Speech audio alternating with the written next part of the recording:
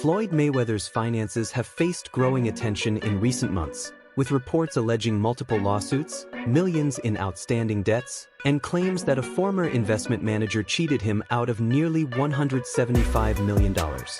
Even after earning more than $1 billion throughout his boxing career, Mayweather insists he isn't broke, although the ongoing legal and financial disputes continue to spark questions about his wealth. Terence Crawford addressed the topic during his appearance on the Ariel Helwani show, explaining why he believes Floyd will never truly run out of money. Last one, can I ask, everyone's different, but we did hear recently about Floyd Mayweather and his issues with money, running out of money. And so when you hear something like that, is there a lesson to be learned about life after fighting, about decisions, about the choices that you make? How do you internalize when you hear a story like Floyd, who made so much money throughout his career?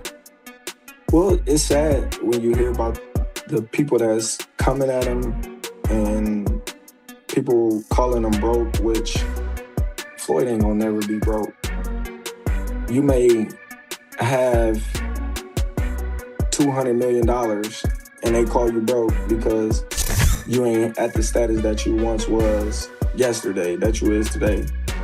But Floyd got an expensive lifestyle, and if you're not bringing in money, just as much money as you spending, then of course you heading down the wrong path.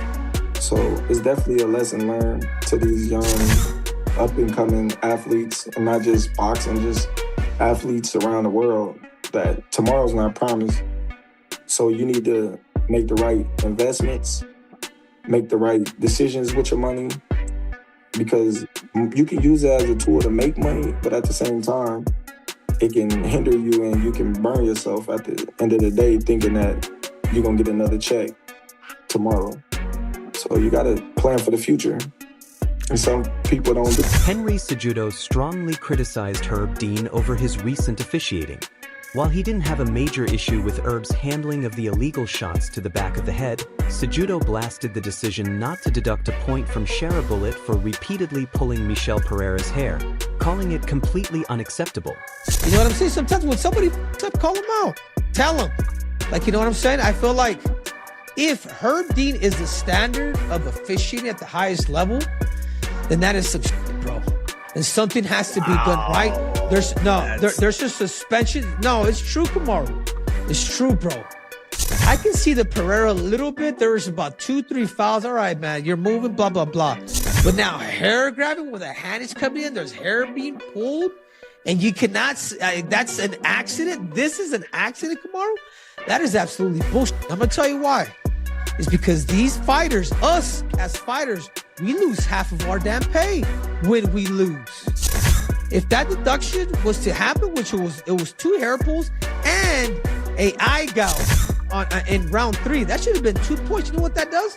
That puts Pereira as the winner. That means he goes home in Brazil, a third world country where he's able to give a better life to his family. But you know what happens? He gets deducted half of what he was supposed to make because of the referee. They have the balls enough to actually stop it. Officiating is, bro, then this whole game is just a... Jon Jones appeared in an interview with Red Corner MMA yesterday. During the conversation, Jones shared some advice for both Ilia Topuria and Khamzat Chimaev after each of them recently experienced the first defeat of their professional careers. He's going to be in a good position. He has faith. He has a strong team, and that's a lot of what it takes. He has a work ethic. I think he's honest with himself. Ilia and I, we share the same agent, and we were talking about him earlier today, and what I heard was that he's humble, that he is honest. He realized that he just didn't perform well. I think that's the number one step of getting back into the ring in a healthy way. It's the guys that make excuses. That's when it's hard to come back and win that rematch. Guys who just say, you know what, I could have did better, I could have done more. Honesty with yourself is the key to MMA. Big fan of Khamzat, man. It was hard to see him lose. It really was. I was really surprised by that fight. But Khamzat, like I said, is a family, team, people that believe in you. It's easy to get up and get back on your horse with a team like his. So he'll be okay. I think when he got taken down, I think that was the main shift. When he was down and he was on his back, I feel like that was the main shift. He's not used to being in that position. He's usually the dominant one. I think being down and being on his back, somewhere in his mind, took him out of the fight. If I was Khamzat, I would work on my weaknesses. That's something that I personally do before every fight. I would watch a fight and I'll say, how can this person beat me? I would say maybe switching up your endurance routine and spend more time on your back. Maybe throw up some submissions and things like that. You know, Khamzat is he's a great kicker, great boxer, great wrestler, especially when he put you in that body lock. But we don't really see him on his back very often. So I would go back to the drawing board. I would learn to be comfortable on my back, develop a strong jiu-jitsu game on my back, and mainly focus on the mindset. I would imagine losing can change a fighter's mind, their confidence, right? The way they see themselves. Focus on your mindset. Losses happen, and sometimes the best version of people comes out after a loss. So let that be his situation. Let the best come from this. Justin Gaethje looked back on his 2020 fight against Khabib Nurmagomedov, where he was submitted by triangle choke in the second round. Gaethje admitted that spending too much time worrying about Khabib's strengths stopped him from performing the way he normally fights. This was very different than when I fought Charles. You know, even Khabib. I was very concerned about them when I fought them, and you know, I found that was a huge mistake, and I wasn't able to be my best self. So just really worried about myself, worried about what I can control, not anticipating his, abilities, and not going into like, oh, I have to stay away from his takedowns. I can't get taken down. Right. He's going to sub me if I get taken. Just taking it as a... Robert Whittaker makes his light heavyweight debut at UFC 329 next weekend, where he'll face Nikita Krylov. Speaking on Demetrius Johnson's YouTube channel today, Whittaker opened up about how difficult it had become to continue making the 185-pound limit. This is the best I think I've felt for my career, like holistically. This is a much more natural weight for me. The last couple camps, I just have not enjoyed because the amount of sacrifice and skimping on food that I'd have to do, especially the last 4 or 5 weeks when I'd really have to try and get my weight down to get into weight cut range for middleweight. It was just too much. And I think it started affecting me in the fight themselves. And like I said, this is a bit of the end period of my career. I want to enjoy the process a little bit more. I want to enjoy the training. I want to feel good, And I've done all the right things. I'm not going to light heavyweight as a out of shape middleweight. Yep. I'm not just a middleweight that can eat more now. Mm-hmm. I've been doing the right things. I've leaned up. I'm at a much more natural weight. Michael Chandler currently weighs more than 200 pounds, just 2 weeks after officially weighing in at 155.6 pounds for his fight against Mauricio Huffy. Hey, listen, the people have been asking, they said, Chandler, we want to know when you're making it to 200 pounds. And I said, 200 pounds, I already made 195, but 200 pounds, do the math, okay? We were at 155.6.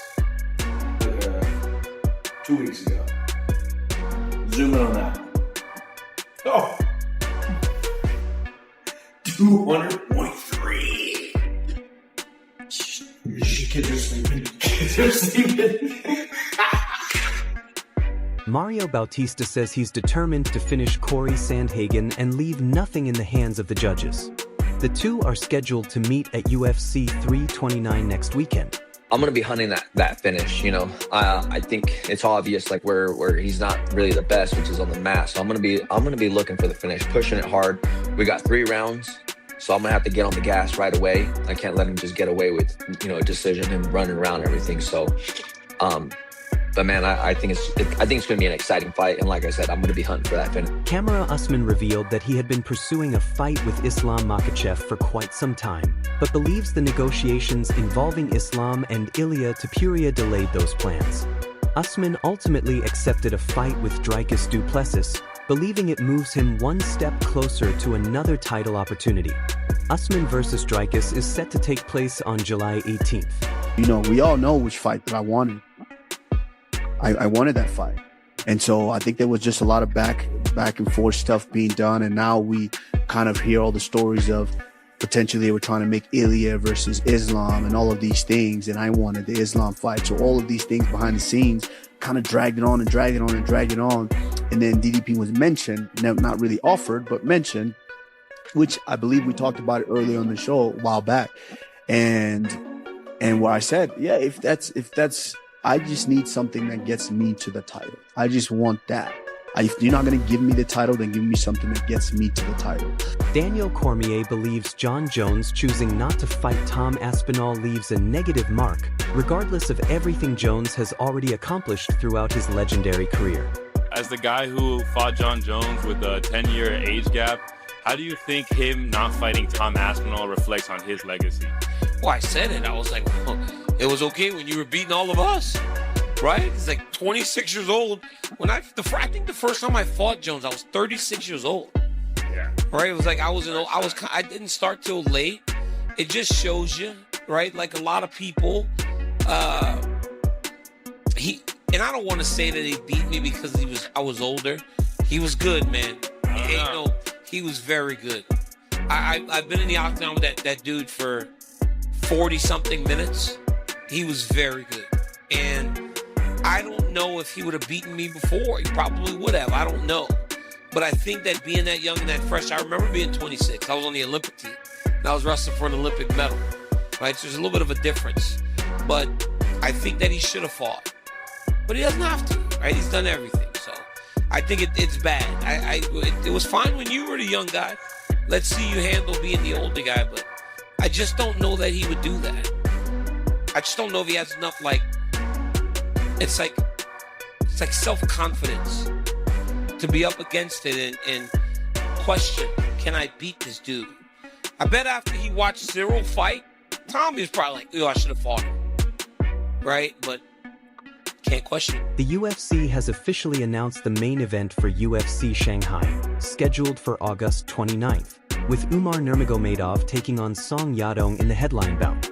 Umar enters the fight after a unanimous decision victory over Deiveson Figueiredo in January, while Song is coming off a second-round submission win over Figueiredo this past May. The winner is widely expected to earn the next bantamweight title shot. Who do you think takes it? Let us know your prediction in the comments. Meanwhile, Alex Pereira recently responded to criticism from a fan by pointing to the money he earned from his fight against Cyril Gane at the White House event. The fan claimed Alex went too far by campaigning to have Herb Dean fired over the unpunished back-of-the-head shots. Pereira fired back in the comments, saying the fan was simply looking for attention and engagement. He added that his biggest concern now is figuring out how to safely protect the money he just earned, explaining that he discovered bank insurance only covers a limited amount if funds remain in a single account. Because of that, he's now considering either spreading the money across multiple accounts or opening more than 50 different bank accounts. That wraps up today's video.